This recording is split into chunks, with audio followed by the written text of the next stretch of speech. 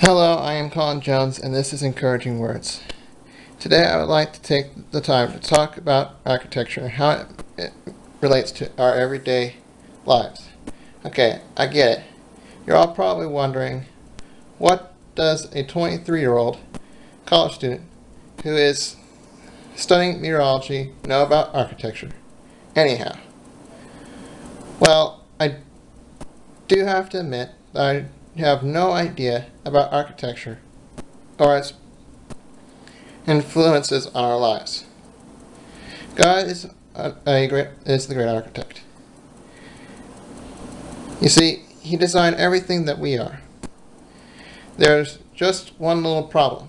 Okay, huge problem, in that we all messed everything up when we chose to do things that our own way rather than God's way.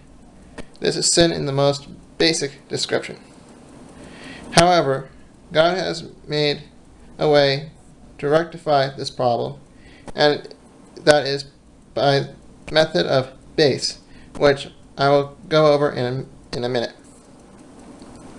The way that I see life is this large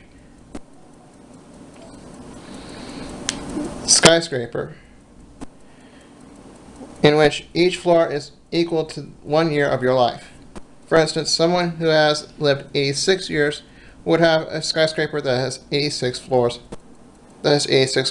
high. Meanwhile, someone who has lived 23 years would have only 23 floors. Now, the height of your building doesn't really matter unless it's built on a solid foundation.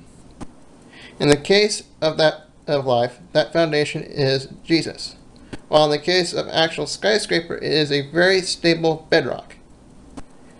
These are two types of builder. There are two types of builders out there.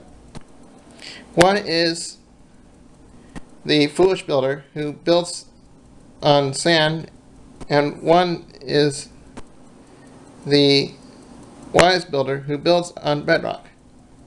In this life, I have seen too many people who are building on sand and not on bedrock, not knowing that by doing so leads to structural failure,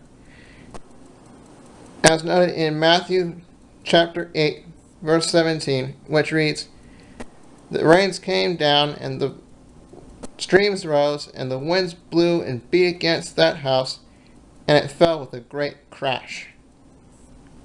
Now here's where the question of, okay, well, how does one build on rock and not on sand comes up? The answer is quite simple, and it involves the acronym of BASE that I mentioned earlier in this video. Would you want to know what the letters in BASE stand for? I mean, do you even care about the kind of foundation you have for your building? Well, ready or not, here we go. B is for believe, that Jesus is the Son of God and the only salvation that we have. A is admit, that we have sin and that God has created a divide, that without Jesus it is impossible to cross.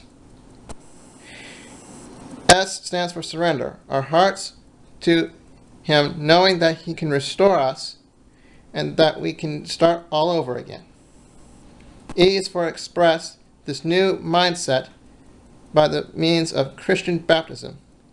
If one goes through all these steps, then they will have a firm foundation that can be trusted to withstand the storms of life. I have gone through the process in my own life, and thus I now can say that I have a firm foundation in Jesus. Why not you? This is all I have for you for now. I will see you again next week. Until then, goodbye.